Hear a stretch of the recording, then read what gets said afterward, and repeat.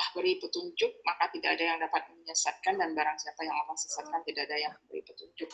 Ya, Ustaz mungkin ingat pertanyaan saya itu bahwa kenapa ya orang yang zaman sekarang, Pak Ustaz, itu banyak sekali yang pastor yang diberi Allah petunjuk, kemudian masuk ke agama Islam.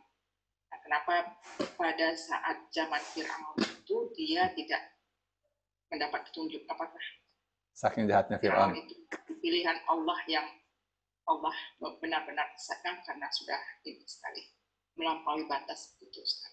Iya. Jadi begini ya, memang urusan hidayah ini domainnya Allah Subhanahu wa Ta'ala. Urusan hidayah. Jadi kita kenal ya, hidayah itu ada dua ya Bu. Ada namanya hidayatul irsyad, ada hidayatul taufiq. Jadi ada dua hidayah itu. Apa hidayatul irsyad? Hidayatul irsyad itu hidayah berupa pencerahan. Pencerahan, bimbingan. Itu yang Allah katakan, innaka latahdi ila siratim mustaqim. Sesungguhnya engkau, hai Muhammad, benar-benar memberikan hidayah kepada jalan yang lurus. Tuh, maksudnya hidayah apa itu? Hidayah berupa pencerahan. Ya, diterangkan tentang Islam, tentang iman, tentang ihsan. Ya, diterangkan tentang siapa Allah, mana buktinya, dan seterusnya. Itu namanya hidayatul irsyad. Orang kalau berdakwah itu membawa hidayah. Hidayah apa? Hidayatul irsyad. Hidayah berupa pencerahan. Nah, pada hidayatul irsyad itu akan ada respon-respon. Ya, kalau kita mengajar, kalau kita mengajak, itu pasti ada respon. Kita melemparkan informasi kebenaran, itu pasti akan ada respon.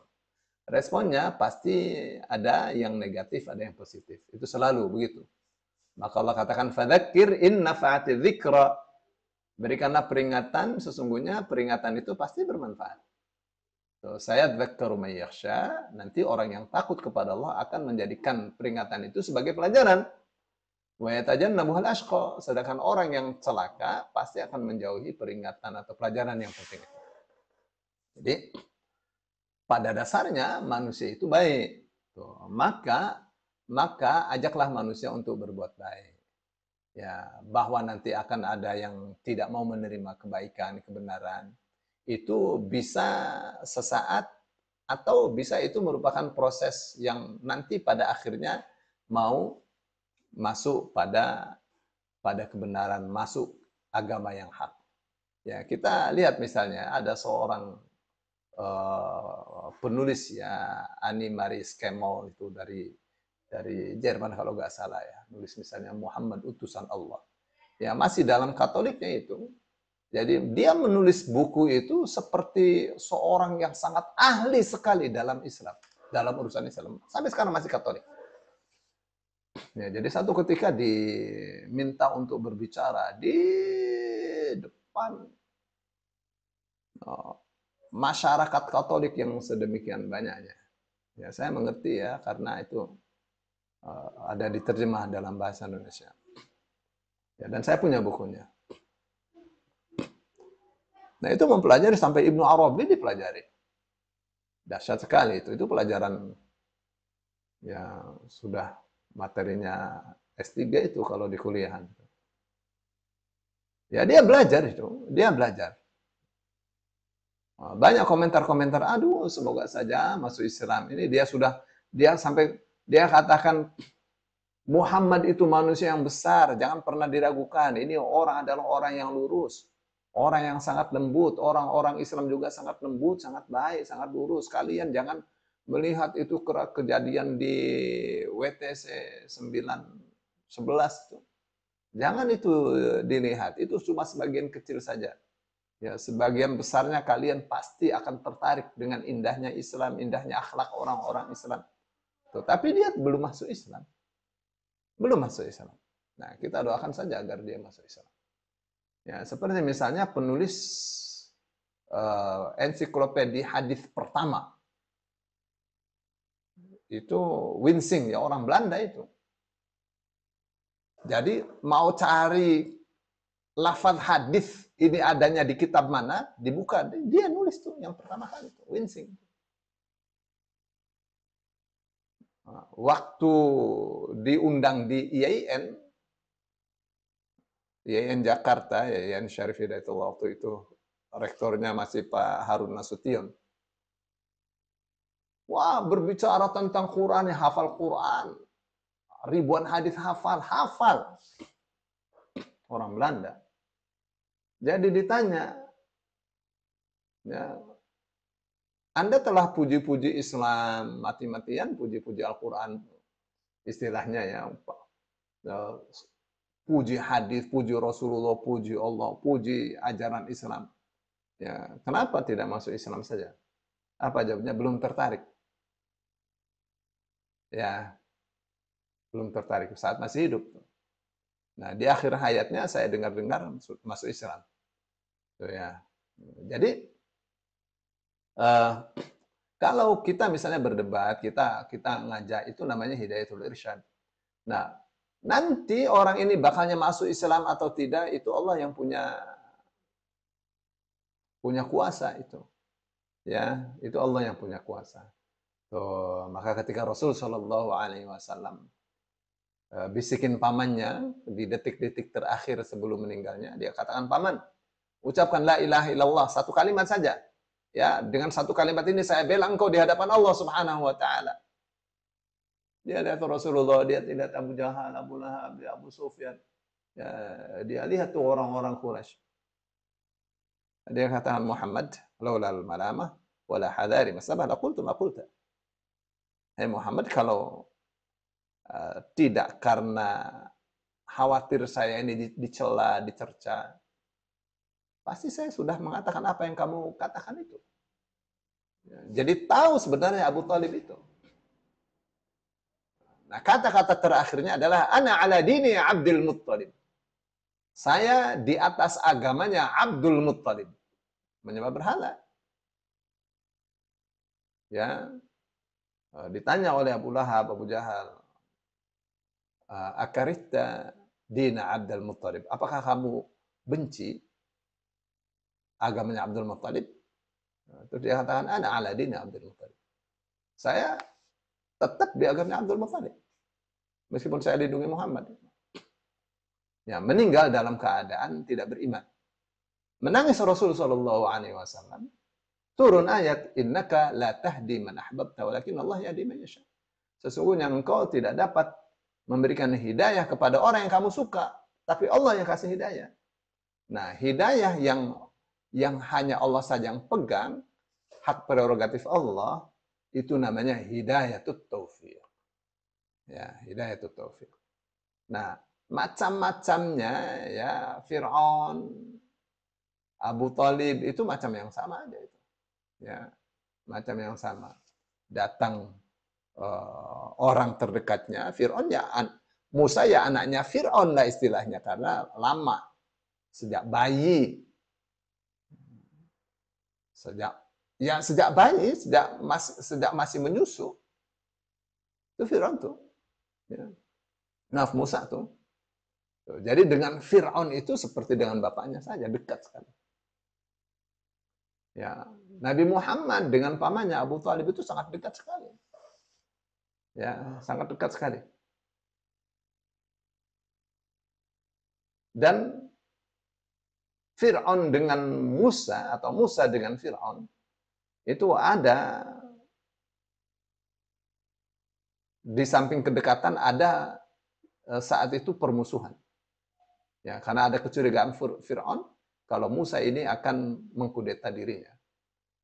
Ya, jadi kalau Fir'aun tidak mau beriman kepada Musa, ya ada sebab-sebabnya. Ya, secara ilmiah ya ada sebab-sebabnya.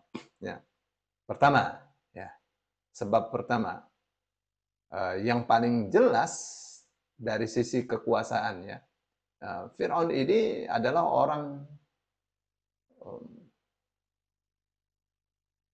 orang Kipti, ya, orang Koptik asli. Nah, Mesir itu diperebutkan antara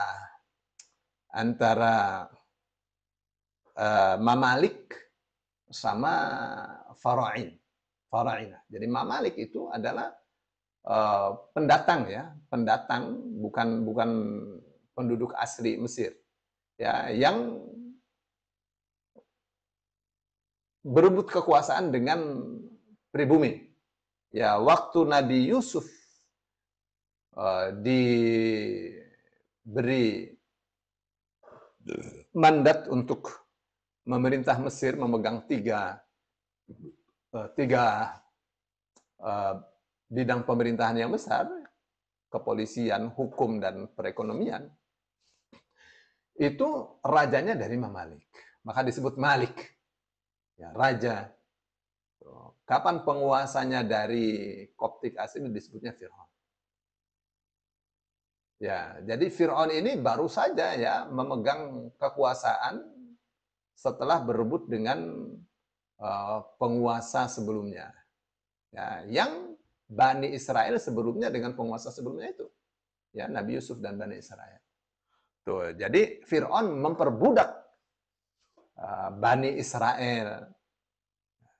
Jadi kalau misalnya Fir'aun mau ikut Bani Israel, yang Musa adalah dari Bani Israel, ya itu satu hal yang susah. Ya, susah Fir'aun ikut Bani Israel. Ya, karena Fir'aun itu tidak suka dengan Bani Israel. Salah satunya Musa. Musa dari Bani Israel. Fir'aun tahu kalau dia dari Bani Israel. Ya, itu dari sisi itu ya. Terus yang kedua, sudah kadung Fir'aun itu mengaku sebagai Tuhan. Ingin disembah. Ya. Yang ketiga nih, Fir'aun ini pengennya berkuasa terus, ya, sampai kalau bisa tidak mati. Ya, semua dia gila kekuasaan, gila penyembahan, dia ingin disembah oleh manusia. Bagaimana orang yang disembah oleh manusia bisa menerima kenyataan bahwa ternyata ada Tuhan yang lain. Ya. Itu tuh sebab-sebab dilihat dari sisi psikologinya. Nah, kalau Abu Thalib ya sebab paling ininya ya, paling jelasnya ya, karena tidak mau dicela. Nah, itu tuh yang namanya riya itu. Tidak mau dicela itu namanya riya juga itu. Dan itu adalah esensi daripada syirik riya itu. Begitu ya. Jadi masalahnya di mana itu? Masalahnya karena ya itu dari sisi lahir.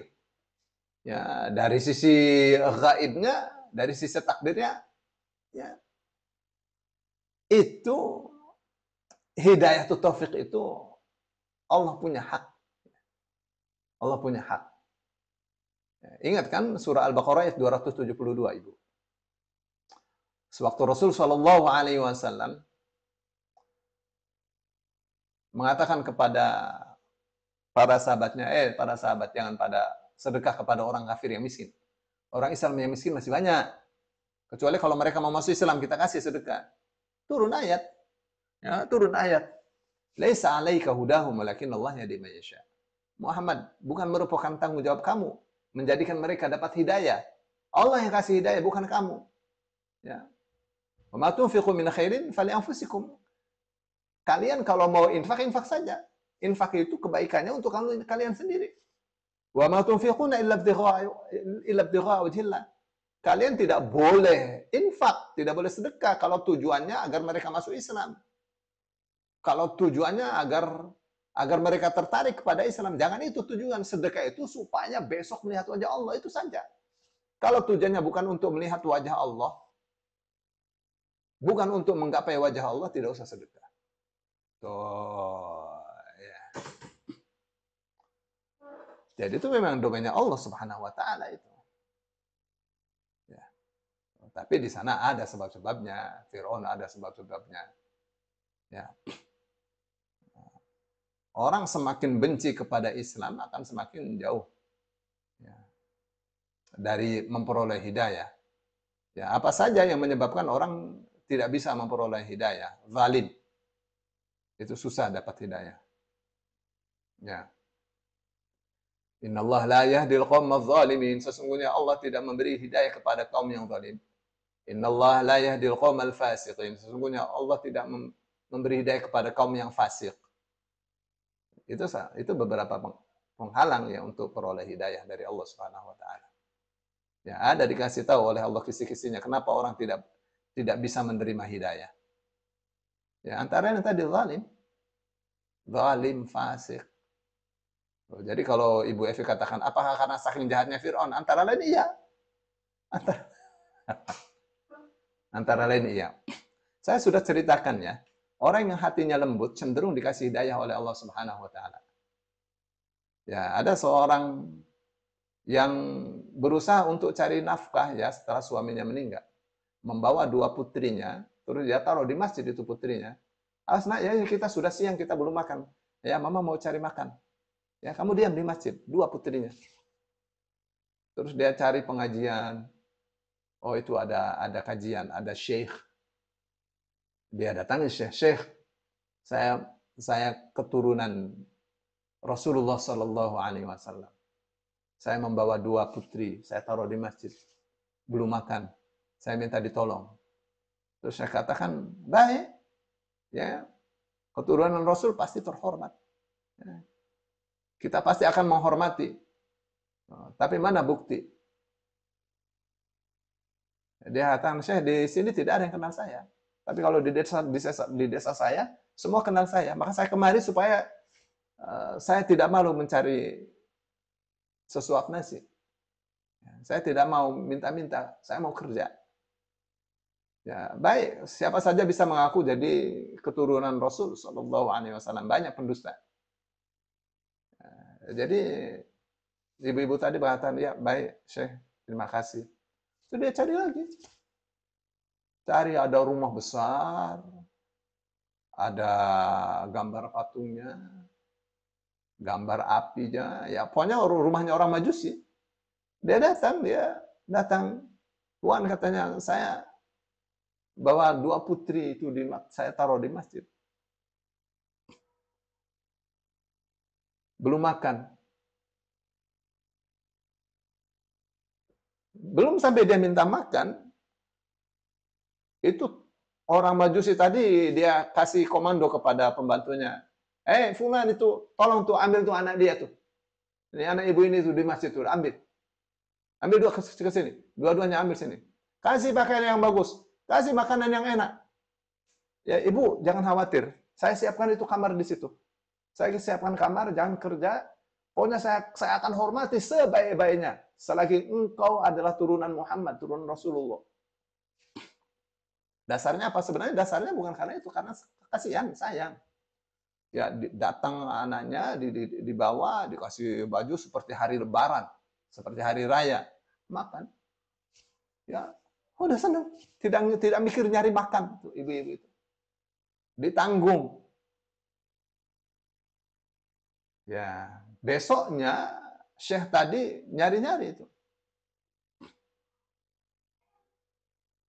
Dia malamnya mimpi. Mimpi terjadi hari kiamat, semua mau minta syafaat kepada Rasul Shallallahu Alaihi Wasallam.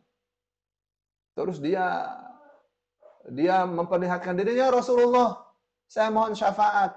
Saya adalah umatmu. Ya, lalu Rasulullah diperlihatkan saat itu kepada dia tanya, mana buktinya? Kamu sebagai umatku. Tuh, tadi dia terbangun. Ya, dia terbangun, besoknya dia cari itu. Ya.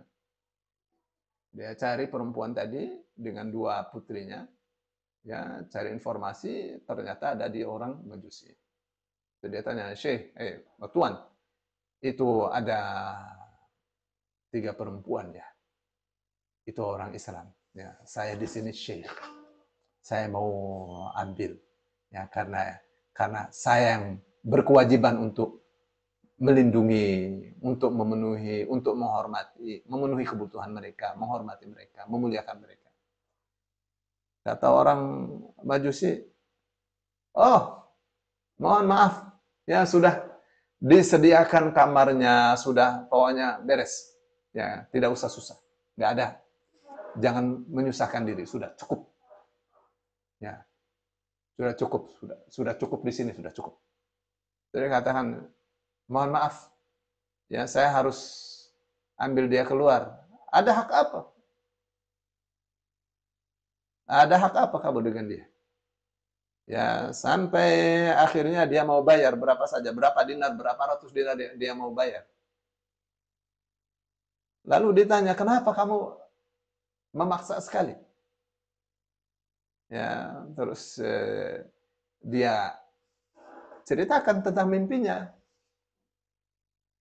Lalu orang Majusi tadi mengatakan, mimpi yang kamu lihat di malam itu adalah mimpi yang saya lihat di malam yang sama. Jadi kalau kamu mau ambil di atas nama agamamu yang sama-sama Islam, kita sekeluarga sudah masuk Islam semua. Nah, komentar um, Imam Baihaqi ya yang meriwayatkan kisah ini, bukan hadis ini, kisah. Meriwayatkan kisah ini, ya komentarnya apa? Allah kasih hidayah kepada orang yang hatinya lembut. Begitu deh, Bu. Ya Ustaz,